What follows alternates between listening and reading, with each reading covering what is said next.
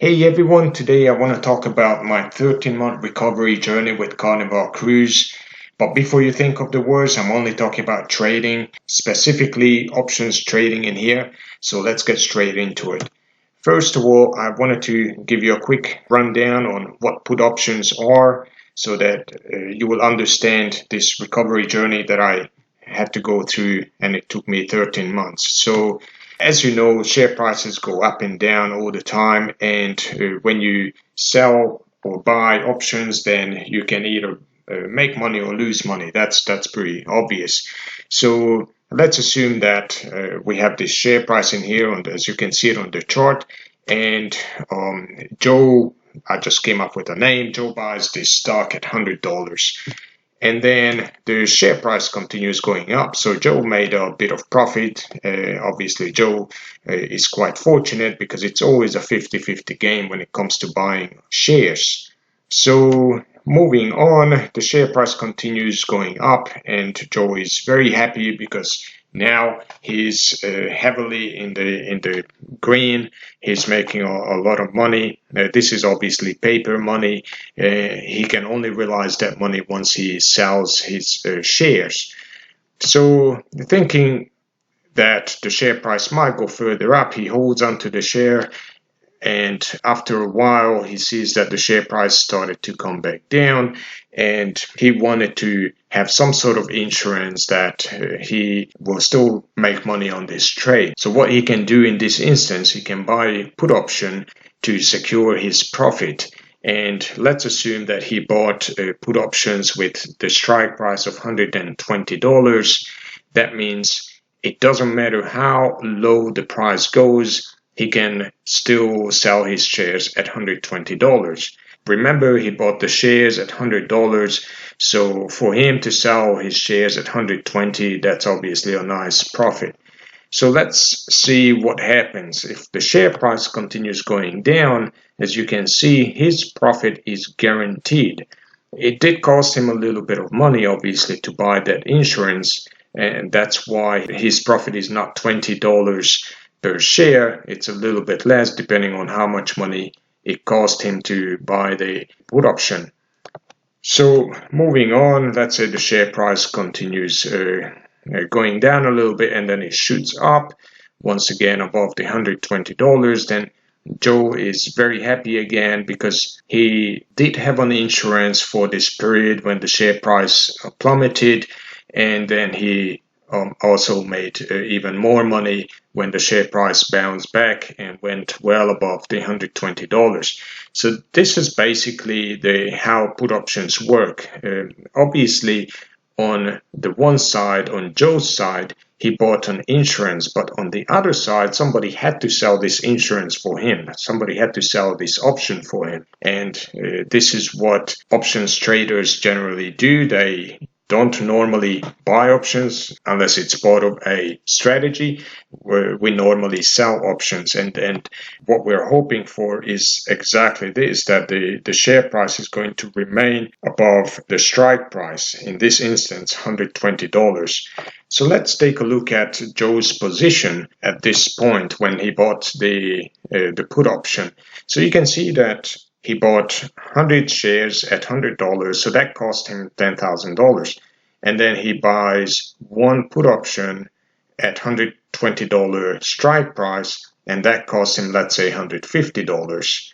And basically that means he has a guaranteed profit of $1850. That's his balance, that's his financial state after he spent some money. He spent $150 on buying the put option. So he's in a good state with this particular trade. Now let's take a look at it from the option seller's perspective. Like I mentioned, there is always two sides. One who buys the options and the other one is the one who sells the options. So the option seller obviously loses money quite heavily when the share price goes below that $120. You can see over here that's our break-even point, and it's a very heavily losing position when the share price goes down. And then when it bounces back up and the share price goes above the $120, then the option seller is happy because it's a profitable position. He can keep that premium that he collected, the premium that Joe paid for the option. In this case, it was $150. At the end of this period, Joe is very happy because he made a lot of money by buying the stock, and then he also, from the profit, he bought an insurance that guaranteed him the profit. And they basically, when the share price bounced back up, then he profited from the share price increase again. On the other hand, the option seller is also happy because the share price remained above the $120, so he was able to keep that $150 premium that Joe paid for him. So this is a win-win situation, and hopefully this helps you understand what put options are and how they work. I have other videos as well that explains it in different ways. So I encourage you to watch them if you're not familiar with put options. Now let's take a look at my Carnival cruise situation and why it took me 13 months to recover from that trade. The blue line indicates the Carnival cruise share price. It started off around $17.50. I can't remember exactly. And so that was after the price dropped. So normally when I see a price dropping, then I like to sell put option, hoping that we'll see a bounce back. But in this instance, I sold the $15 put option and the share price just kept on going down. So that obviously cost me a fair bit of money in terms of paper loss. So what I did is, and this is what you normally do when you sell options, is that you keep your position and you keep rolling and you keep collecting additional premium. So over here, this dotted line shows my premium position. So you can see that every single time I rolled, I collected additional premium, hoping that eventually the share price is going to bounce back up above the $15 mark. But it did not happen. So what I did at this point is, you can see this orange line. I sold a call option, and that allowed me to collect additional premium, but I took additional risk because at this point, if the share price bounced back above the $15 mark, then although my put position would have been profitable, my call option would have suffered. So I was actually quite fortunate that at this point the share price didn't bounce back heavily. But of course, there's always pluses and minuses. So when the share price went down below $9, I think it went up all the way down to like $8, then my call option was profitable, obviously, but my put option was heavily in the negative. But I remained persistent and I just kept on rolling my positions month by month. And you can see that with my put option, because it was so heavily in the money, meaning that my strike price was at $15, but the actual share price was more around the $10. So that's a massive difference. I just kept on rolling. It didn't really generate any income.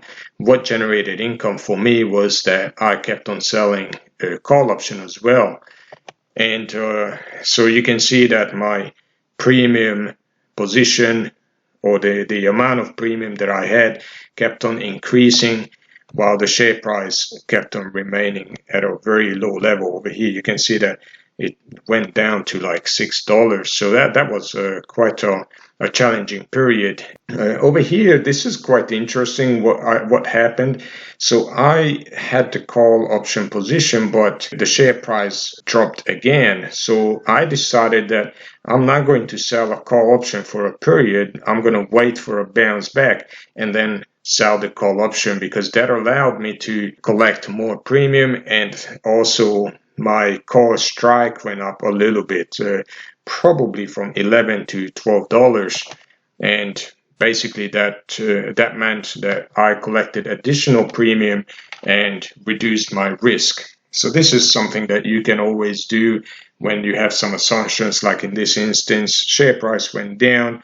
I expected a bounce back. I waited patiently a couple of weeks, and then I sold the call option while I kept my put option rolling. So I opened the position in May, and then in March I started to lose my patience with this, especially after seeing that the share price once again dropped below $10. In fact, it was probably around $8.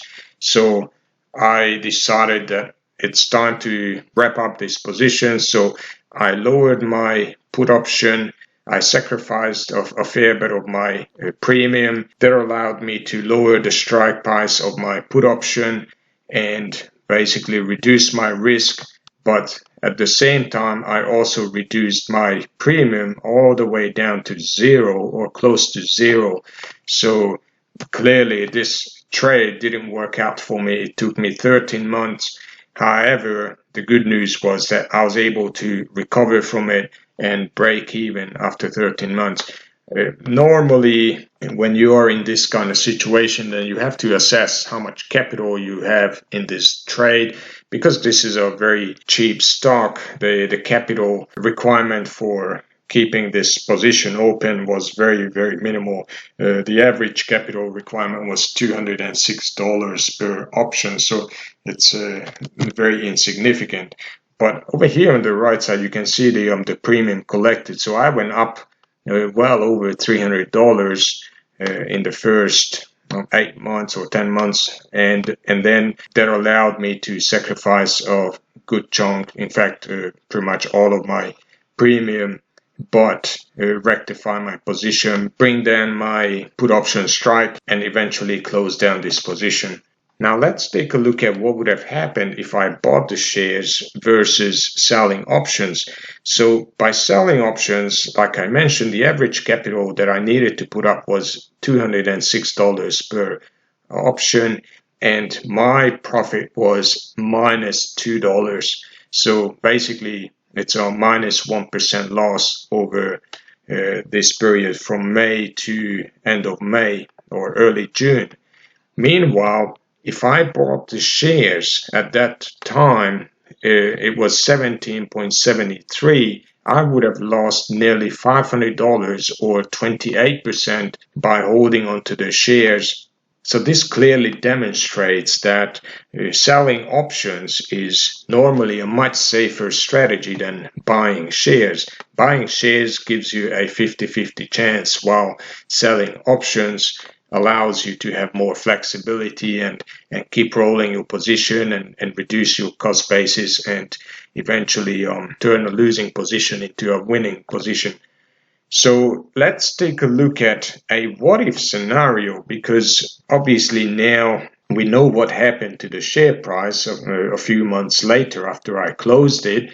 And you can see that the share price bounced back up. In fact, it almost went up to $20 in July, but unfortunately I closed my position in early June.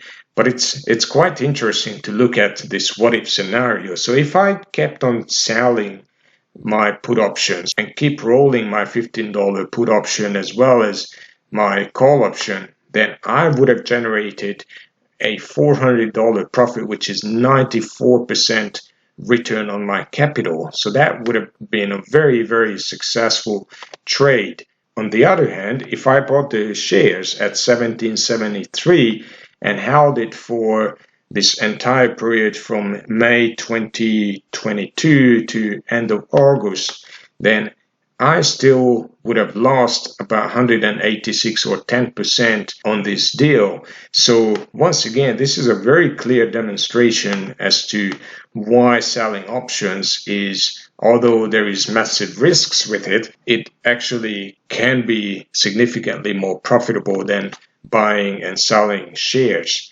I hope you enjoyed this video. If you liked it, please hit the like button, subscribe to my channel, spread the word, and help yourself and help others to benefit from trading options and build wealth. Thank you for watching. I'll see you in the next video.